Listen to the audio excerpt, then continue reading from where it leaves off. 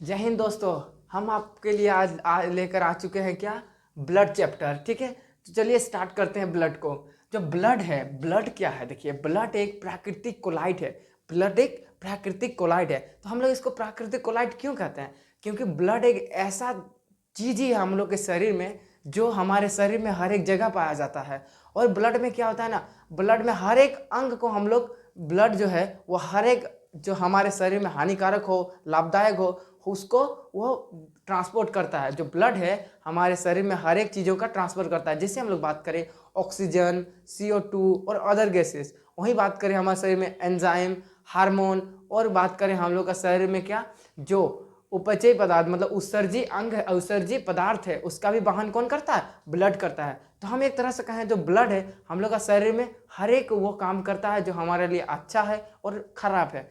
तो हम लोग ब्लड को इसलिए हम लोग प्राकृतिक क्या कहते हैं, कोलाइट कहते हैं। ठीक है, आगे हम लोग बात करते हैं जो ब्लड के जो अध्ययन है, ब्लड के जो अध्ययन है, जो ब्लड को पढ़ते हैं, जो पढ़ने की क्रिया है, उसको हम लोग क्या करते हैं? हीमेटोलॉजी कहते हैं। तो कहीं भी अगर आपको हीमेटो वर्ड आ गया, हीमेटो वर्ड आ गया, तो समझ लीजिएगा वो ब्लड पर बात कर रहा है। किस पर बात कर रहा है?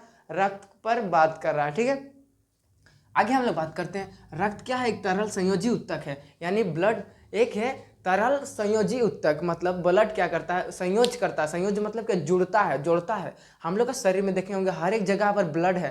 तो ब्लड क्या करता है? हमारे शरीर के जो हर एक सिग्नल है, हर एक अंग है, सबको कनेक्ट करके रखता है। कौन? ब्लड। इसलिए ब्लड को एक तरल संयोजी उत्तक कहा गया है। ठीक है, आगे हम लोग बात करते हैं जो ब्लड का पीएच मान होता है, रक्त का पीएच मान होता है कितना? 7.4 होता है। इसलिए यह रक्त क्या है? क्षारीय प्रकृति का होता है। यह रक्त क्षारीय प्रकृति का होता है। ठीक है, आगे हम लोग बात करते हैं जो मानव शरीर में, जो हमारे मानव शरीर में जो पुरुष की बात करें तो जो पुरुष में ब्लड की जो मात्रा होती है, रक्त की मात्रा होती है, वो कितना होती है? 5.5 लीटर होती है। कितना होती है? 5.5 लीटर। वहीं अगर बात करें महिला में, तो महिला में उसकी जो मात्रा होती है वो कितना होता है? 5 लीटर। यानी पुरुषों की अपेक्षा महिलाओं में आधे लीटर ब्लड कम होती है। ठीक है, आगे हम लोग बात करते हैं जो ब्लड के जो निर्माण होता है, कहने का मतलब जो ब्लड, खून, खून हम लोग जिसे हिंदी की भाषा में, हम लोग देहात की भाषा में बोलते हैं खून। जो ये ब्लड है, ये क्या बोलते हैं, रक्त है। रक्त का जो निर्माण होता है वो कहाँ होता है? अस्थि मज्जा में होता है। कहाँ होता है? अस्थि मज्जा, जिसे इंग्लिश में कहते हैं बोन मेरो। कहाँ होता है? बोन मेरो में। और बोन मेरो का और एक नाम है जिसे हम लोग क्या बोलते हैं? स्प्लीन के नाम से भी जानते हैं और तिल्ली के नाम से भी जानते हैं। जहाँ पर हम लोग का जो रक्त है उसका निर्माण होता है अस्थि मज्जा पर होता है, जिसे हम लोग क्या कहते हैं? बोन मेरो कहते हैं, स्प्लीन कहते हैं, तिल्ली कहते हैं। ठीक है, और ये जो स्प्लीन है यानी अस्थि मज्जा है, इसको क्या कहा जाता है? ब्लड बैंक के नाम से जाना जाता है। क्या के नाम से? ब्लड बैंक के नाम से जाना जाता है। ठीक है, आगे जब हम बात करेंगे तो हम लोग देखेंगे कि जो रक्त परिसंचरण है, रक्त का क्या होता है? परिसंचरण मतलब रक्त का बहते रहता है। हमारे शरीर में रक्त बहते रहता है, एनी टाइम बहते रहता है। तो वह जो बहने की जो जो क्रिया था, सबसे पहले किन्होंने देखा था? जो हम लोग का शरीर में उन्होंने देखा था कि हम लोग का शरीर में ब्लड बहते रहता है, वो कौन थे? विलियम हार्वे थे। कौन थे? विलियम हार्वे थे। किन्होंने देखा था? विलियम हार्वे ने देखा था। ठीक है, आगे हम लोग बात करते हैं रक्त में जो कोलेस्ट्रॉल होता है। देखिए, हम लोग जब रक्त में कोलेस्ट्रॉल की मात्रा बढ़ जाता है तब क्या होगा? हम लोग का शरीर में क्या होगा? जो हम लोग का हृदय है, जो धड़कने का, धड़कन का जो पावर है, वो धीरे धीरे घटने लगेगा। तो कोलेस्ट्रॉल को पहले हम लोग समझ लेते हैं वो कोलेस्ट्रॉल है क्या। तो कोलेस्ट्रॉल जो होता है ना, यह कोलेस्ट्रॉल यह लीवर से निर्माण होता है, लीवर से निर्माण होता है। अब लीवर क्या करता है? एक बसा का एक क्या बोलते हैं पदार्थ उत्पन्न करता है, उसका निर्माण करता है। बसा का एक पदार्थ का बनाएगा, उसके बाद यह क्या करता है? ब्लड में छोड़ देगा। जब बसा का ये पदार्थ ब्लड में छोड़ देता है, और आप लोग जानते ही हैं बसा क्या होता है, बहुत ही, वसा को पचाने के लिए बहुत ही अधिक ऊर्जा की जरूरत पड़ता है। लेकिन जब वसा जो हमारा लीवर है, लीवर वसा को जो उत्पन्न करके छोड़ देता है, तब क्या करता है? जो हमारा क्या बोलते हैं हम लोग का जो ब्लड है, ब्लड उसको घुला नहीं पाता है। ब्लड पे वो अघुलनशील हो जाता है, ब्लड पे वो घुल नहीं पाता है, जिसके कारण क्या होता है? हमारे हृदय में आकर वो जम जाता है। कौन? ये कोलेस्ट्रॉल। कोलेस्ट्रॉल हमारे हृदय में आकर जम जाता है, जिसके कारण हम लोग का जो हृदय धीरे धीरे धीरे धीरे धड़कना बंद कर देता है, धीरे धीरे धड़कना बंद कर देता है, जिससे हम लोग के लिए बहुत ही खतरा हो सकता है। ठीक है, तो ये कोलेस्ट्रॉल की जो मात्रा होनी चाहिए हम लोग के शरीर में, वो कितना होनी चाहिए? 180 से 200 ग्राम तक होनी चाहिए कोलेस्ट्रॉल हम लोग का शरीर में, ठीक है। और ये कोलेस्ट्रॉल आप बाहर चीज़ों से भी हो सकता है आपका, जैसे कि आप तेल का पदार्थ खाते हैं, तेलीय चीज़ जैसे समोसा हो गया और सारे बहुत सारे दुकान में पाए जाते हैं, वो चीज़ अगर आप खा लेते हो तो आपके शरीर में क्या होता है, कोलेस्ट्रॉल की मात्रा जब बढ़ जाएगी, कोलेस्ट्रॉल की मात्रा जब बढ़ जाएगी तब क्या होगा, जो हमारा रक्त है, रक्त उसको घुला नहीं पाएगा और क्या करेगा, उसे हम लोग का जो हृदय है उस पर छोड़ देगा। वो घुला नहीं पाएगा तो क्या करेगा, वो हृदय में छोड़ देगा और धीरे धीरे धीरे हृदय पे जमेगा। उसके बाद आपका जो हृदय की जो धड़कन पावर है वो धीरे धीरे घट जाएगी, ठीक है। तो इसलिए आपको ज़्यादा तेलीय चीज़ नहीं खाना चाहिए। आगे हम लोग बात करेंगे, हम लोग अब कोलेस्ट्रॉल के बारे में बात करें तो देखेंगे जो इसका निर्माण होता है कहाँ होता है, लीवर में होता है। जो कोलेस्ट्रॉल का निर्माण कहाँ होता है, लीवर में होता है। और यह क्या है, यह घुलनशील नहीं है, यह अघुलनशील है, मतलब यह घुलता नहीं है। यह लीवर जो हमारा रक्त में भी नहीं घुलेगा, कहीं भी नहीं घूमेगा, ठीक है। और ये जो बसा है, यह क्या है, बसा जैसा पदार्थ होता है, मतलब इसमें जो कोलेस्ट्रॉल में अधिक बसा होता है, ठीक है। आगे हम लोग बात करते हैं रक्त का। रक्त में क्या क्या चीज़ पाया जाता है, ब्लड किस किस चीज़ से मिलकर के बना है, ठीक है। तो वो देखते हैं। तो ब्लड मेनली तो हम देखते हैं दो तरह से, एक होता है प्लाज्मा पाया जाता है और एक होता है ब्लड कार्पल्स। तो पहले हम लोग प्लाज्मा को देखते हैं। जो प्लाज्मा होता है, ब्लड में क्या, प्लाज्मा की जो प्रतिशतता होती है वो होती है 55 से 60% होती है। कितना होती है, 55 से 60% होती है, किसकी, प्लाज्मा की प्रतिशतता, ठीक है। अब प्लाज्मा में क्या क्या पाया जाता है भाई, तो फाइब्रिनोजन प्रोटीन, प्रोथ्रोम्बिन प्रोटीन, ये दो प्रोटीन पाए जाएंगे। क्या क्या, फाइब्रिनोजन और प्रोथ्रोम्बिन, दो प्रोटीन पाए जाएंगे। और जो एक होता है एंटीबॉडी, यह एंटीबॉडी हम लोग आगे पढ़ेंगे, ये एंटीबॉडी क्या है और ये एंटीबॉडी कहाँ से निर्माण होता है, ठीक है। तो बात करें एंटीबॉडी, क्या क्या पाया जाएगा, फाइब्रिनोजन प्रोटीन, प्रोथ्रोम्बिन प्रोटीन और एंटीबॉडी, तीन चीज किसमें पाया जाएगा, प्लाज्मा में, ठीक है। और हम आगे आगे बात करेंगे तो ये ब्लड कार्पल्स पाया जाएगा। प्लाज्मा जो होता है ये लिक्विड होता है, जो ब्लड में भी देखे होंगे, ब्लड एक लिक्विड तरल है। तो जो तरल भाग होता है ब्लड का, तो वह कौन होता है, प्लाज्मा होता है। पूछा जा सकता है कि जो रक्त का तरल भाग को हम लोग क्या कहते हैं, प्लाज्मा कहते हैं। रक्त का तरल भाग को प्लाज्मा कहते हैं। उसकी प्रतिशत कितना होती है, 55 से 60% होती है। आगे जब हम बात करेंगे जो रुधिर अणु होता है, तो ये रुधिर अणु यानी ब्लड कार्पल्स, तो यह जो ब्लड में जो कठोर ठोस भाग सब होते हैं ना, ठोस भाग को ही हम लोग रुधिराणु यानी ब्लड कार्पल्स के नाम से जानते हैं। जैसे हम लोग बात करें ब्लड कार्पल्स में तीन चीज होते हैं, क्या क्या, आरबीसी, डब्ल्यूबीसी एंड प्लेटलेट्स। क्या क्या, आरबीसी, डब्ल्यूबीसी एंड प्लेटलेट्स।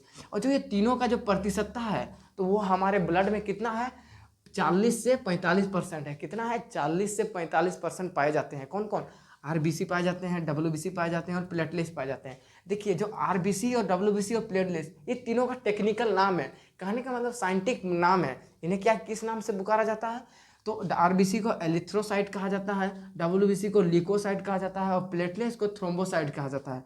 ध्यान से सुनिएगा, जो हम लोग का आरबीसी का जो टेक्निकल नाम होता है वो क्या होता है, एरिथ्रोसाइट होता है। और डब्ल्यूबीसी का जो टेक्निकल नाम होता है वो ल्यूकोसाइट होता है।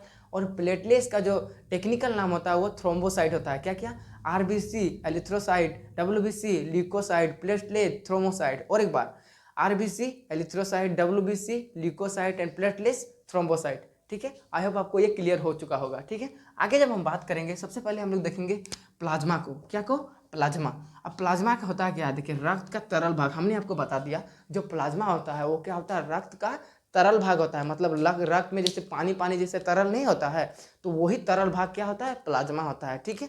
जब हम बात करें जो प्लाज्मा में क्या क्या पाया जाता है, जब ये रक्त होता है यह पानी की तरह होता है, तो उसमें तो हमको जो है ही है कि पानी कितना पाया जाएगा, 90% पाया जाता है।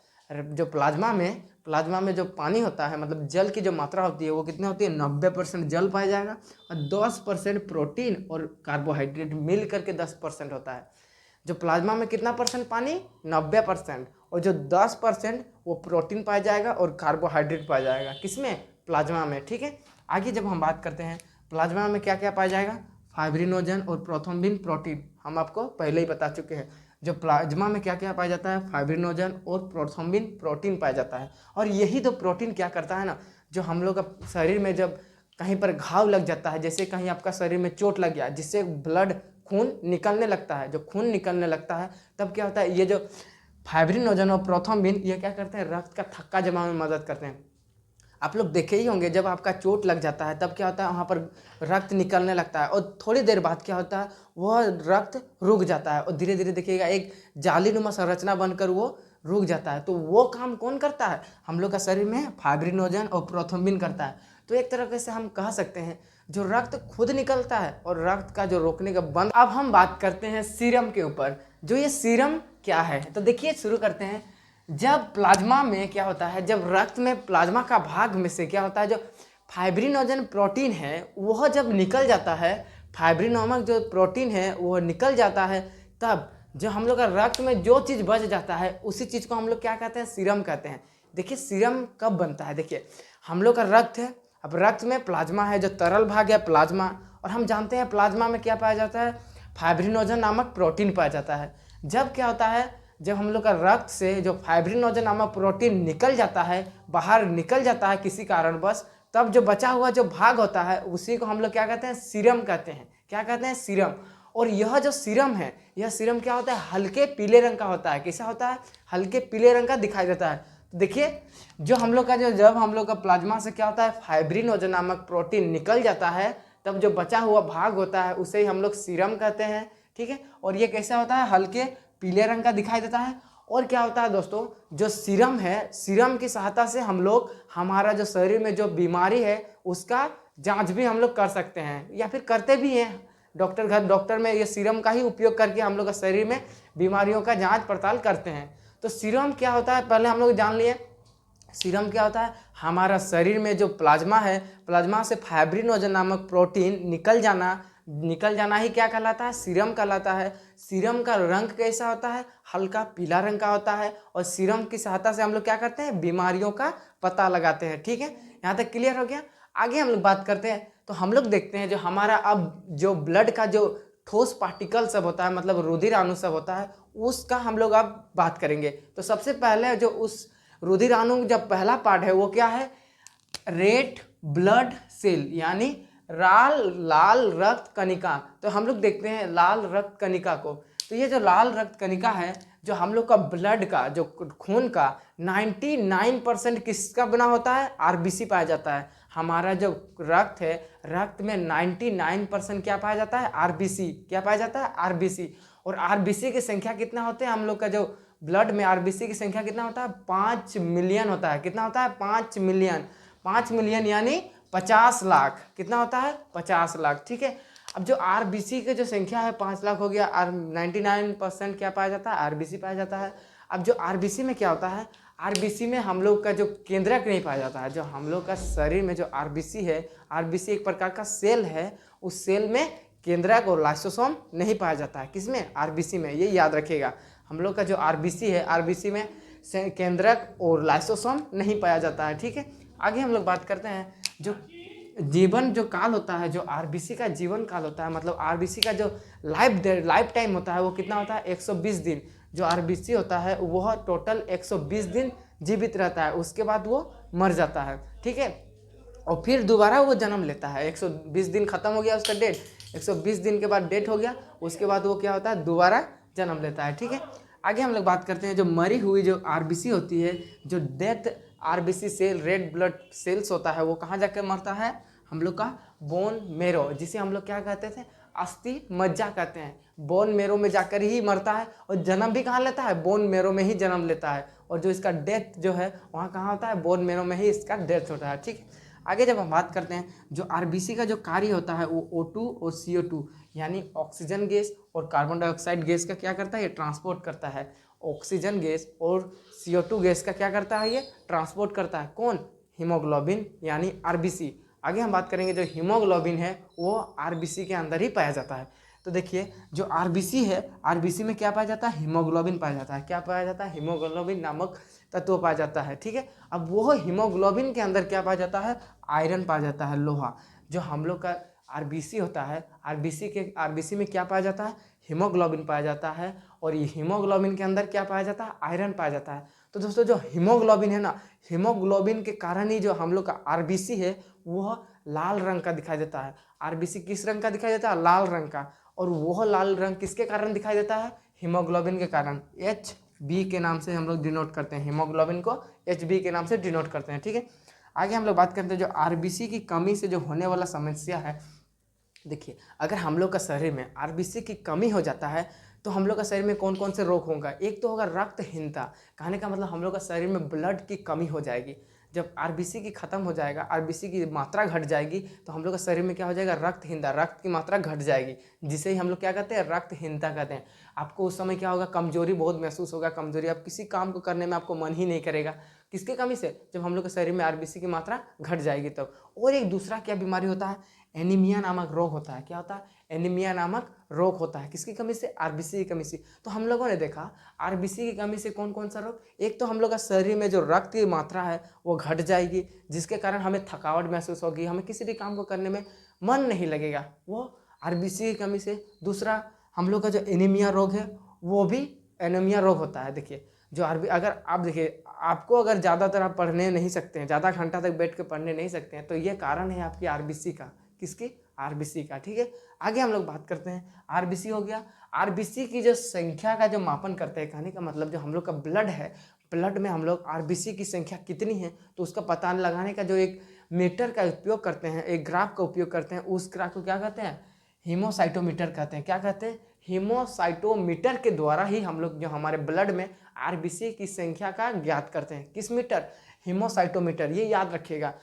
कोई पूछ सकता है कि बताओ, हम लोग का जो शरीर है उसमें हीमोग्लोबिन जो आरबीसी होता है, आरबीसी की संख्या हम लोग किस मीटर के द्वारा ज्ञात करते हैं, यानी पता लगाते हैं? तो जो इसका राइट आंसर हो जाएगा क्या होगा? हीमोसाइटोमीटर हो जाएगा। क्या होगा? हीमोसाइटोमीटर के सहायता से। आगे जब हम बात करते हैं तो हम लोग क्या होता है? दूसरा, ब्लड जो रुधिर कणिकाएं हैं वो क्या है? वाइट ब्लड सेल, श्वेत रक्त कणिकाएं। क्या है?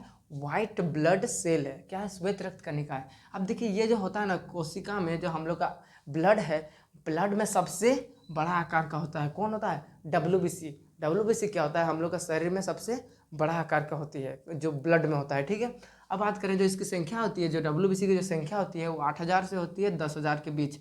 जो हम लोग का जो ब्लड में, खून में जो डब्ल्यूबीसी की संख्या होती है वो कितना होती है? 8,000 से 10,000 के बीच होती है। कितना? 8,000 से 10,000 के बीच रहता है। ठीक है, अगर ये घट गया तो हम लोग का शरीर में क्या होगा? रोगों से लड़ने की जो क्षमता है वो घट जाएगी। ठीक है, आगे जब हम बात करते हैं तो इसमें क्या होता है? केंद्रक होता है।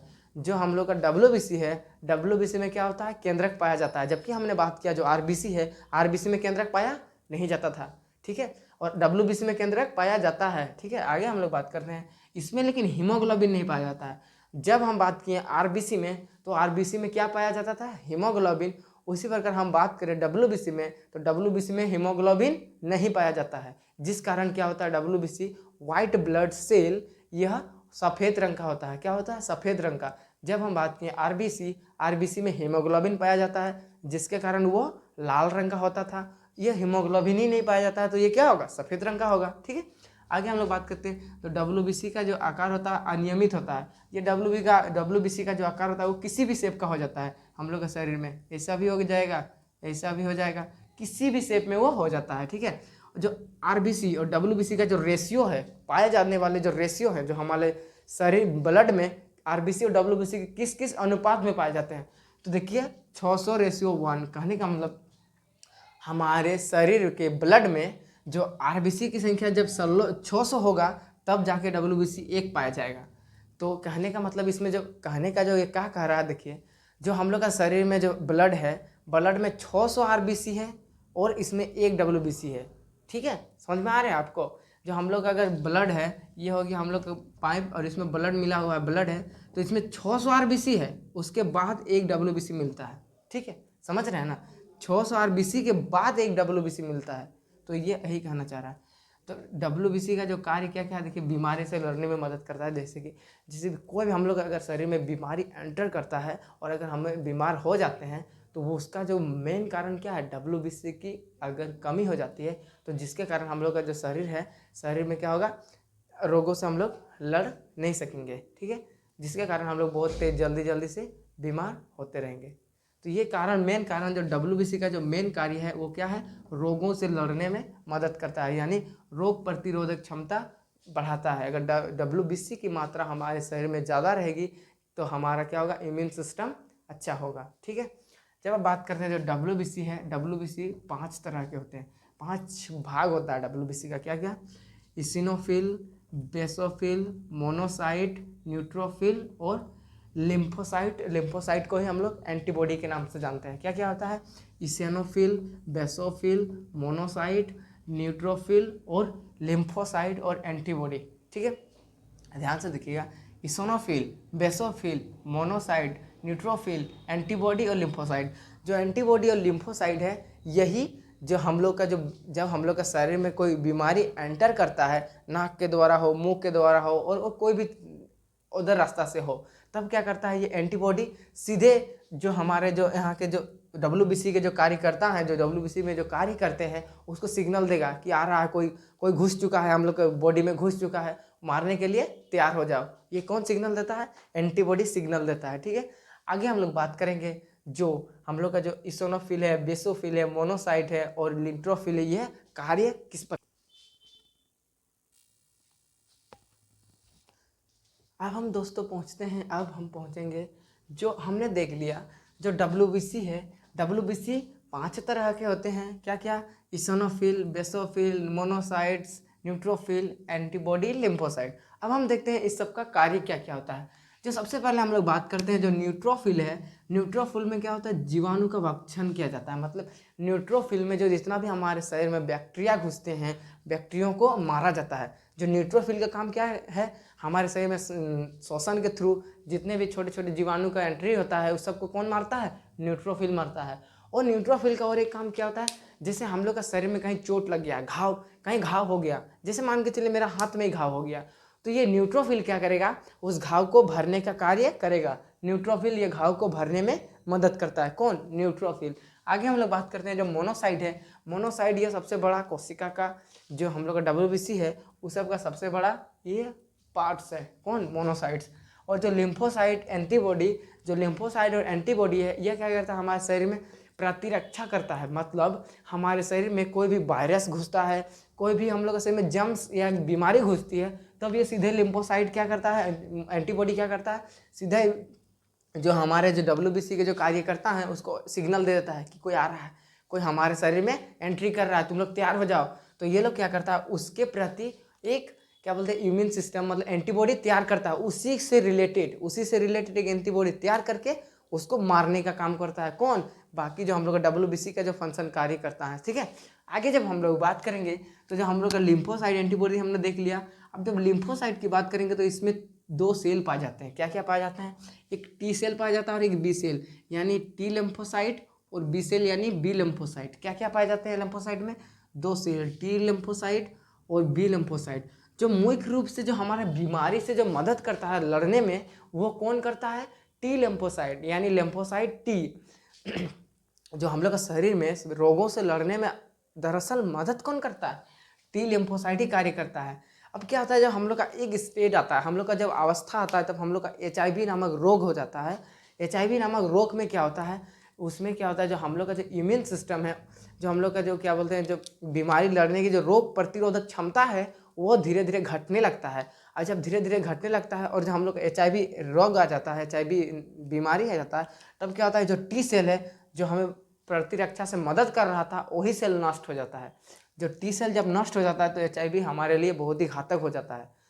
T सेल अगर नहीं मरता ना, तो HIV को कोई नहीं था, क्योंकि T सेल ही हमें रोग प्रतिरोधक क्षमता से बचा करके रखता है, कौन, T सेल। ठीक है, आगे जब हम बात करेंगे, ये हो गया हम लोग का WBC का पूरा कार्य। अब हम बात करेंगे प्लेटलेट्स के ऊपर। ठीक है, प्लेटलेट्स के ऊपर दोस्तों अब हमें बचता है हम लोग का टॉपिक का अंतिम, जिसमें हम लोग को पढ़ना है प्लेटलेट्स के बारे में। क्या है ये रक्त बिंबाणु, ये क्या है। देखिए प्लेटलेट्स का काम क्या है, यह क्या करता है, हमारे शरीर में जो ब्लड है, ब्लड का बहता है, हम लोग का जो कट जाता है, कहीं लग जाता है, चोट आ जाता है, तब हम लोग का शरीर से खून जब निकलता है, तो जो ये प्लेटलेट्स का काम है उस खून को रोकना। तो चलिए देखते हैं हम लोग जो उस प्रोसेस है, किस तरह से हम लोग का शरीर में खून का रखता है, जो खून बहने से रोकता है, और किस तरह से हम लोग का शरीर में खून को बहने से भी रोकता है, और खून को हम लोग का अंदर बहने से भी उसको मदद नहीं करता, मतलब शरीर में भी बहने देता है, लेकिन जब बाहर आ जाता है तब उस खून को रोकता कैसे है। तो चलिए स्टार्ट करते हैं। तो सबसे पहले बात करें हम लोग प्लेटलेट्स की, तो यह एक रक्त का थक्का जमाने में मदद करता है, हमने आपको बता दिया। आगे हम लोग बात करते हैं, ये रंगीन होता है। क्या होता है, रंगीन होता है, और जीवन काल इसका कितना होता है, 4 से 5 दिन होता है। प्लेटलेट्स है जो ये 4 से 5 दिन तक ही जीवित रहते हैं, उसके बाद ये मर जाते हैं। ठीक है, आगे जब हम बात करेंगे तो यह वायु के संपर्क में आकर थ्रोम्बोप्लास्टिन में बदल जाता है। जो प्लेटलेट्स है वो क्या होता है, जब वायु के संपर्क में आ जाता है। अच्छा, वायु के संपर्क में कब आएगा? देखिए, जब हम लोग के शरीर में कट जाता है तो अंदर का जो लाल रंग देख सकते हैं ना आप लोग, कभी आपको देखा होंगे, आप लोग कहीं कट गया होगा, तब क्या होगा, आप देखे होंगे कि हम लोग का शरीर के अंदर लाल दिखाई देता होगा, लाल। तो वही क्या है, वो अंदर वाला जो प्लेटलेट्स है, आरबीसी है, जो खून है, उसी पर सब कुछ है। और ये क्या वायु के कांटेक्ट में आ गया होगा, आएगा ना। ये तो हम लोग का स्किन ढक के रखा है, जो हम लोग का चमड़ा है, त्वचा है, वह ढक के रखा है। अगर वो फट गया तो क्या होगा, सीधे तो कांटेक्ट में आ जाएगा, सीधे संपर्क में आ जाएगा, दिखाई देने लगेगा। तब वही बोल रहा है, जब ये जो हमारा जो प्लेटलेट्स है, यह किसके संपर्क में आता है, वायु यानी हवा के जब संपर्क में आता है तो किस में टूट जाता है, प्रोथोम्प्लास्टी में बचा, थ्रोम्बोप्लास्टिन में बदल जाता है। क्या है, थ्रोम्बोप्लास्टिन में बदल जाता है। और यही जो थ्रोम्बिन है, थ्रोम्बिन से फाइब्रिनोजन में बदल जाता है। और जो क्या बोल रहा है, जो थ्रोम्बिन है, थ्रोम्बिन है वो क्या फाइब्रिबिन में बदल जाता है। जो थ्रोम्बिन है वो फाइब्रिन में बदल जाता है। आगे हम लोग देखेंगे इस प्रोसेस को, वो कैसे होता है।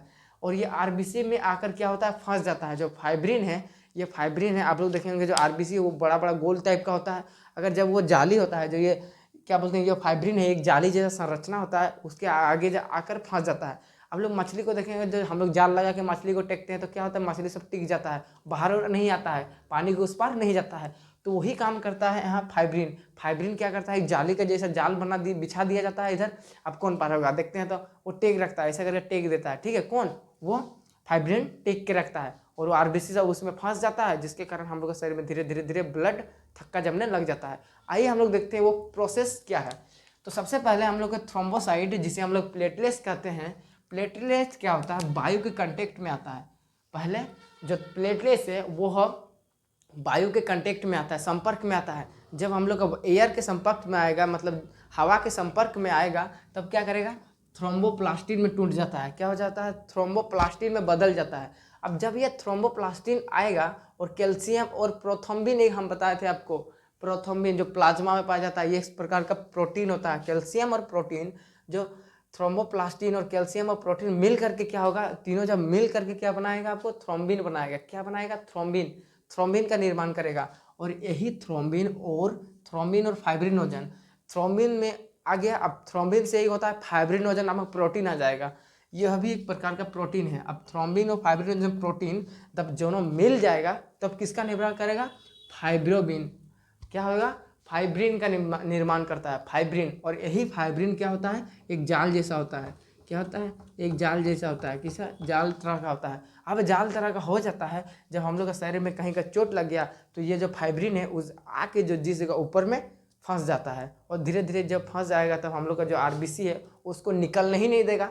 जब आरबीसी ही निकलेगा नहीं तो ब्लड कैसे निकलेगा, तो ब्लड धीरे धीरे धीरे वहाँ जाम हो जाता है। और यही है जो जाम होने की जो प्रक्रिया है, जो प्रोसेस है, उसी को हम लोग क्या कहते हैं, रक्त का थक्का जमना।